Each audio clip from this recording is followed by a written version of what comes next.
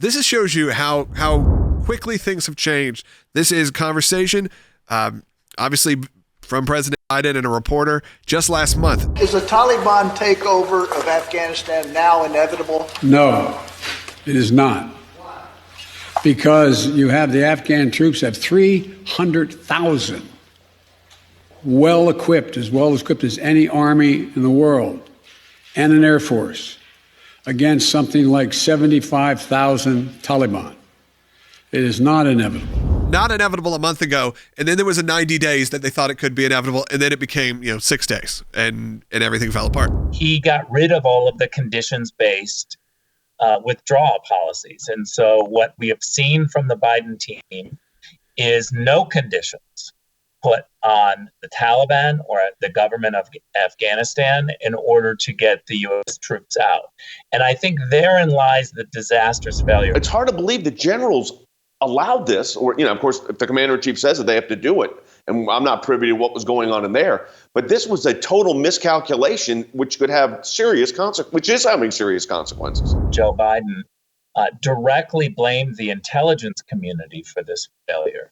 They said that they were warned that it would take months. And I can tell you through talking to career intelligence officials that that's not true, that they warned that this was a very serious situation that would immediately go into chaos. Taliban spokesman.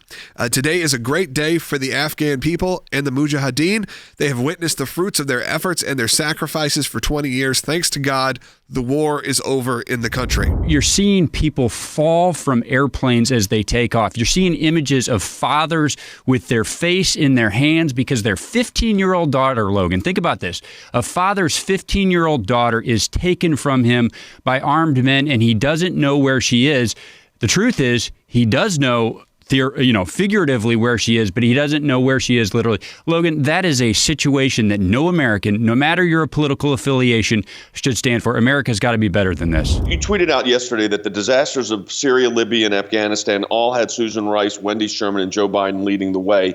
And when will the D.C. type learn? And I was thinking about this. These same people were in the Obama administration. We got the same horrible results. They've now all been promoted. I mean, we've said that before in this broadcast, and now they're running these agencies, or they're the head of now they're in the White House when they were in the State Department before, wherever it might be. And I think to myself that they aren't learning, Rick. That's the real tragedy of this, is that it's history repeating itself again. When we see, Afghans jumping on a plane that is moving and trying to get off the runway. And, AP, I just saw, was reporting at least 7 people died in that incident. I mean, this is really scary stuff when you think that the United States credibility, Jay, I want to go back to your point about what does this do for our credibility around the world.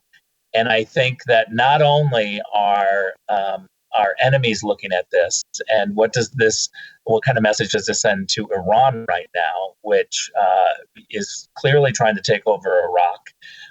Maybe they're going to look at this and say, well, now's our time. So the U.S. military needs to be ready, and we need to be learning the lessons of what just happened. But also, what does this say to our allies, Taiwan, for instance? Who are really concerned about U.S. resolve and Joe Biden's weakness. Our soldiers, men and women that served our country in Afghanistan, did not do this in vain. Remember, initially the idea was keep the battle over there so it didn't come over here, because they were, as we've unfortunately experienced, they were trying to bring the battle here. So, Rick, we don't lay this on the feet of the men and women in armed services that have given their blood, sweat, and tears and lives in some cases, many cases, to protect us. Rick, this was not a failure of the frontline soldier. This was a failure of the administration's disengagement. Our men and women who went over to Afghanistan and Iraq, their service was not in vain. They defeated the Taliban. They defeated Al-Qaeda, and really made sure that we didn't have a caliphate in that region. So they should be incredibly proud of their service. Not only pray for the Americans that are over there, but look at the people, every woman. I mean, they were saying in the news that you saw the mass exodus, people trying to get on these airplanes, and there was not a single woman to be found in that entire thing. They are in hiding because of what they know the Taliban means for them. It's something we can easily lose sight on.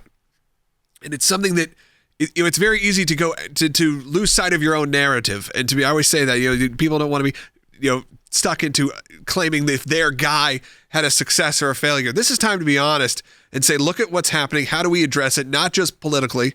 How do we address it from a global point of view? It's a dangerous time for the region of the world. It's a dangerous time for the administration because they got to get this right. They got it wrong this time. And they can't blame every other administration. This war, like you said, Logan, has been going on for 20 years. So it is time to look at. You got to seriously look at the mistakes that were made here and acknowledge them. We'll see what the president says this afternoon. But what a tragedy. And I fear for those people on the ground.